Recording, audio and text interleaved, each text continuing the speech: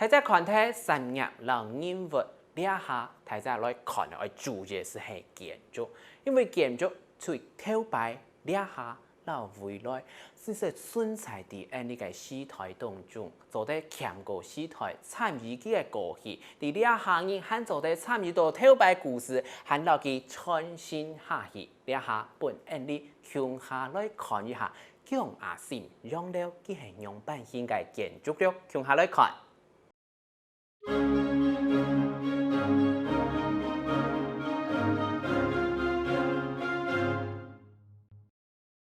係講唔行啲北坡路嘅巷，天才會看到一棟當鐵片嘅建築物，就係姜阿信洋樓。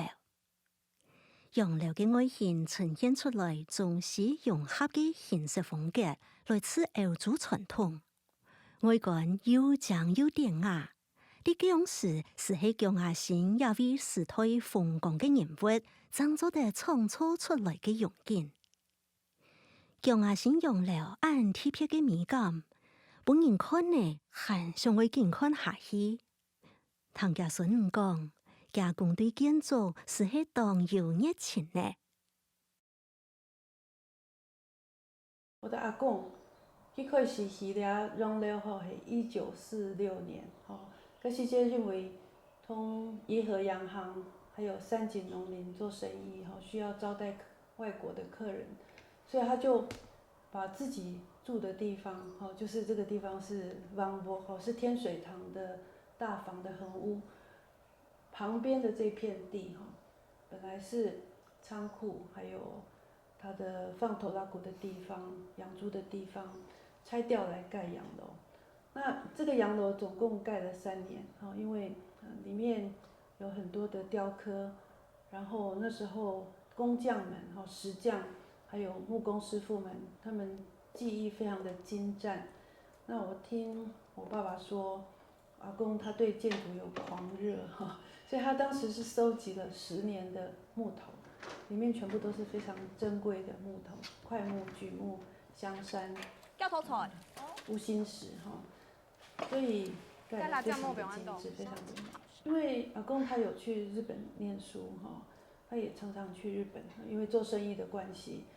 那所以這個建築師彭玉禮先生，他是竹東人，也是我們客家人哈。他當時竹東很多戲院都是他蓋的。那阿公就帶着彭先生2個人去新豐的徐家，徐榮建先生有一個很美的洋樓，去參考了徐先生的洋樓，還有到迪化街去，然後就把這個洋樓蓋起來。那所以雖然說是洋樓，後來會被指定為古蹟，是因為裡面的內裝，裡面有很多日本式的，還有中國式的一些內裝，非常的有很多的意涵啊。那可能是學者們覺得很有意義，所以會指定為古蹟。那裡面我們小時候總共住了6個大人和11個小孩子。因為我媽媽，我們有6個兄弟姐妹，我伯父有5個孩子，所以11個小孩子住在裡面，非常的快樂，非常的好玩，因為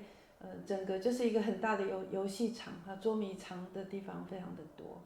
另外就是花園，因為祖母喜歡種很多奇花異草，又種了很多的樹，所以我們小時候常常都掛在樹上。